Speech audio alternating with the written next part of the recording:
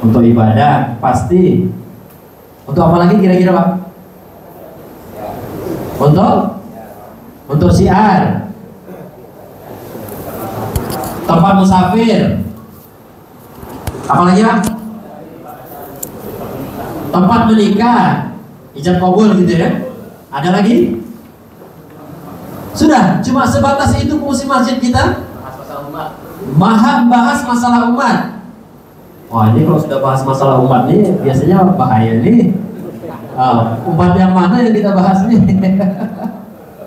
Baik, kenapa kita masih terpaku ketika ditanya apa fungsi masjid? Kita masih terpaku hanya untuk ibadah. Bukankah kalau kita melihat pada zaman Nabi, mungkin yang sudah pernah haji, sudah pernah umroh, ketika masuk ke Masjidil Haram ataupun Masjid Nabawi, kita melihat di situ. Ataupun kalau kita belajar sejarah, Masjid Nabi dulu itu hanya untuk sujud beribadah kepada Allah atau untuk apa saja? Itu yang saat ini hilang dari masjid-masjid.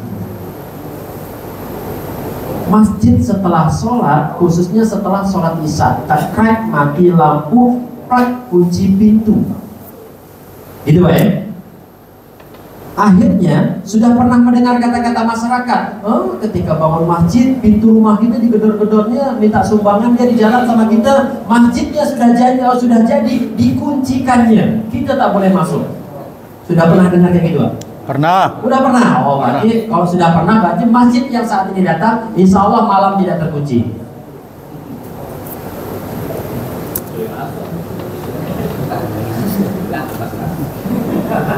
Hilang kasnya Pak ya?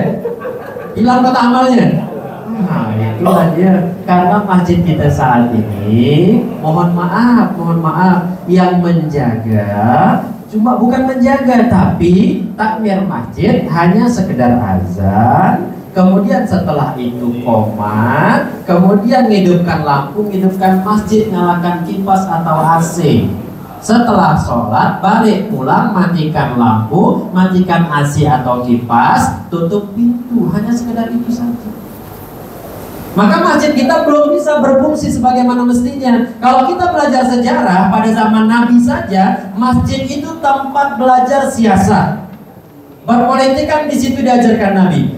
Nabi mengajarkan orang-orang terbaiknya di situ. Nabi mengajarkan dagang di masjid, belajar di masjid, belajar perang di masjid. Kemudian, maka terlahir dari masjid-masjid itu ada yang fuqaha, orang-orang ahli hukum, orang-orang ahli fikih.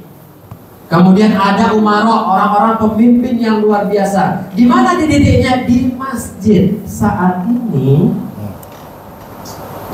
masjid kita hanya fokus sebagai tempat sholat. Itu pun kalau sesuai dengan fungsinya. Kalau kata Pak Mulis tadi itu ada sedikit perbedaan, sudah mulai sholat subuh, Allahu Akbar, imamnya baru datang. Ternyata imamnya tak pakai kunut.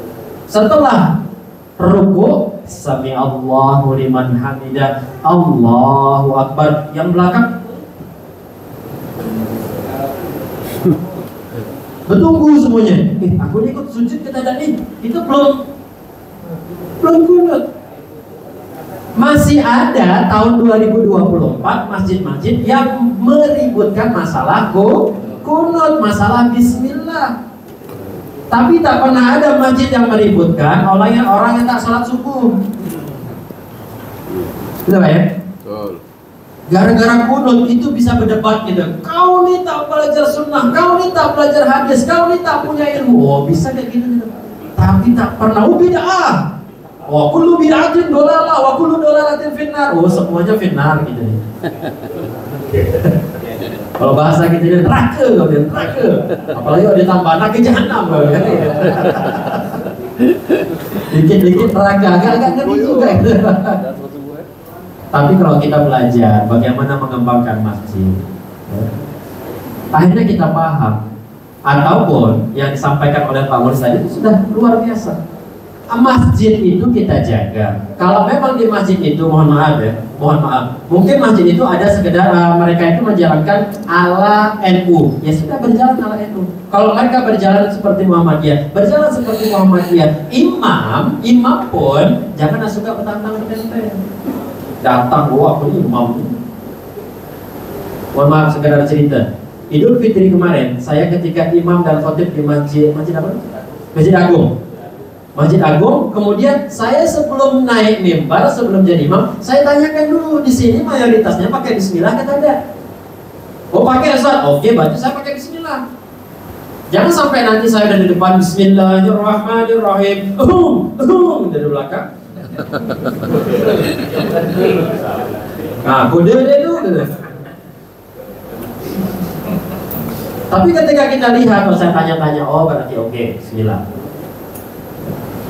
Berarti kalau suatu seseorang datang ke masjid orang lain, tanyakan di sini. Kan kalau kita sudah bisa, mungkin sudah sering jadi imam, sering jadi khotib seperti beliau tadi, satu pertanyaan itu sudah bisa.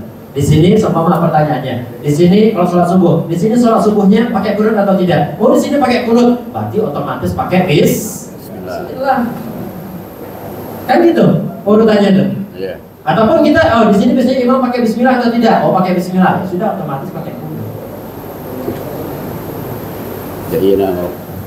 Fungsi inilah yang terkadang kita tidak menyadari. Masjid kita jadikan hanya sebagai tempat sholat saja. Maka fungsi di sini harus kita kembalikan. Dan kemudian setelah fungsinya, kontribusi. Apa kontribusi masjid untuk masyarakat sekitar? Mohon maaf, saya tanya, apa fungsi dari menara? Jangkauan suara. Sudah? Oke, bagus. Jangkauan suara emang iya, itu fungsi utamanya. Dulu, kenapa ada menara? Orang belum ada mic. Jadi naik ke menara, azan dari atas menara. Selain itu, apa fungsinya? Di kerajaan-kerajaan dulu bukan hanya sekedar azan yang naik ke situ, melihat rumah mana yang belum berasap. Naik muazin itu ke atas menara, lihat sekelilingnya, mana yang rumahnya siang-siang belum berasap. Dulu belum ada orang pakai gas, pakai kayu bakar, ketika masak pasti berasap. Berarti kalau rumahnya belum merasap, bisa dua kemungkinan. Satu, memang orangnya tak ada. Yang kedua, memang tak ada yang mau dimasak.